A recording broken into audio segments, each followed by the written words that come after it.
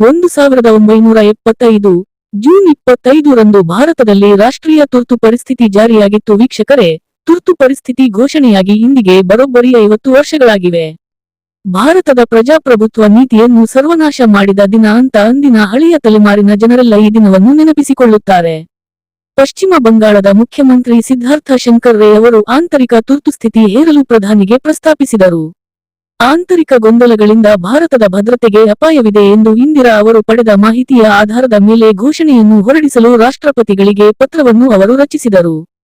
ನಂತರ ಅಧ್ಯಕ್ಷ ಫಕ್ರುದ್ದೀನ್ ಅಲಿ ಅಹಮದ್ ಅವರು ಜೂನ್ 25, 1975 ಮಧ್ಯರಾತ್ರಿಯ ಗಡಿಯಾರ ಹೊಡೆಯುವ ಕೆಲವೇ ನಿಮಿಷಗಳ ಮೊದಲು ಪ್ರಧಾನಮಂತ್ರಿಯ ಸಲಹೆಯ ಮೇರೆಗೆ ಆಂತರಿಕ ತುರ್ತು ಪರಿಸ್ಥಿತಿಯನ್ನು ಘೋಷಿಸಿದರು. ತುರ್ತು ಪರಿಸ್ಥಿತಿ ಸಂದರ್ಭದಲ್ಲಿ ಪ್ರತಿಪಕ್ಷದ ಸಾವಿರಾರು ಹಿರಿಯ ನಾಯಕರು ಮತ್ತು ಪತ್ರಕರ್ತರೆಲ್ಲರನ್ನು ಜೈಲಿಗಟ್ಟಲಾಯಿತು. ಪತ್ರಿಕಾ ಸ್ವಾತಂತ್ರ್ಯವನ್ನ ಕಿತ್ತುಕೊಳ್ಳಲಾಯಿತು. ಬಹಳಷ್ಟು ನಿಷ್ಠಾವಂತ ಕಾಂಗ್ರೆಸ್ಸಿಗರು ಪಕ್ಷ ತೊರೆದರು. ಇಂದಿರಾ ಆಡಳಿತದ ವಿರುದ್ಧ ಗಟ್ಟಿ ಧ್ವನಿ ಎತ್ತಿದವರನ್ನು ಬಂಧಿಸಲಾಯಿತು. ಸಂವಿಧಾನಿಕ ನೀತಿಗೆ ವಿರುದ್ಧವಾಗಿ ಸಂಸತ್ತಿನ ಹೊರಗೆ ತಮಗೆ ಬೇಕಾದ ರೀತಿ ಕಾನೂನನ್ನ ಇಂದಿರಾ ಬದಲಾಯಿಸಿಕೊಂಡರು ಎಂಬ ಆರೋಪವೂ ಇದೆ. ಕಾಂಗ್ರೆಸ್ಸೇತರ ರಾಜ್ಯಗಳ ಚುನಾಯಿತ ಸರಕಾರವನ್ನ ವಜಾಗೊಳಿಸಲಾಯಿತು. ಅಂದು ತುರ್ತು ಪರಿಸ್ಥಿತಿ ವಿರುದ್ಧ ಹೋರಾಡಿದ ವಿಜಯರಾಜೇ ಸಿಂಧಿಯಾ, ಜಯಪ್ರಕಾಶ್ ನಾರಾಯಣ್, ರಾಜ್ ನಾರಾಯಣ್, ಮೊರಾರ್ಜಿ ದೇಸಾಯಿ, ಚರಣ್ ಸಿಂಗ್, ಜೀವತ್ರಾಮ್ ಕೃಪಲಾನಿ, ಅಟಲ್ ಬಿಹಾರಿ ವಾಜಪೇಯಿ, ಲಾಲ್ ಕೃಷ್ಣ ಅಡ್ವಾಣಿ, ಅರುಣ್ ಜೇಟ್ಲಿ, ಸತ್ಯೇಂದ್ರ ನಾರಾಯಣ ಸಿನ್ಹಾ, ಜೈಪುರದ ವರದಕ್ಷಿಣೆ ರಾಣಿ ಗಾಯತ್ರಿ ದೇವಿ ಮತ್ತು ಇತರ ಪ್ರತಿಭಟನಾ ನಾಯಕರನ್ನು ತಕ್ಷಣವೇ ಬಂಧಿಸಲಾಯಿತು. ರಾಜಕೀಯ ಪಕ್ಷಗಳೊಂದಿಗೆ ರಾಷ್ಟ್ರೀಯ ಸ್ವಯಂ ಸೇವಕ ಸಂಘ ಆರ್ಎಸ್ಎಸ್ ಮತ್ತು ಜಮಾತೆ ಇಸ್ಲಾಮಿಯಂತಹ ಸಂಘಟನೆಗಳನ್ನು ನಿಷೇಧಿಸಲಾಯಿತು.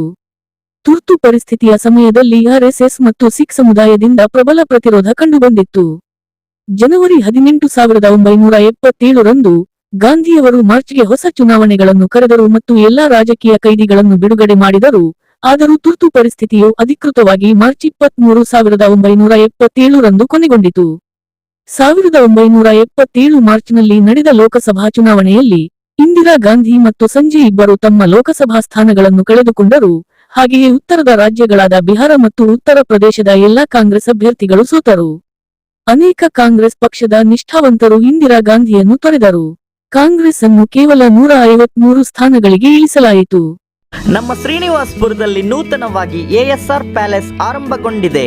ಇದು ಎಲ್ಲಿದೆ ಅನ್ಕೊಂಡಿದ್ದೀರಾ?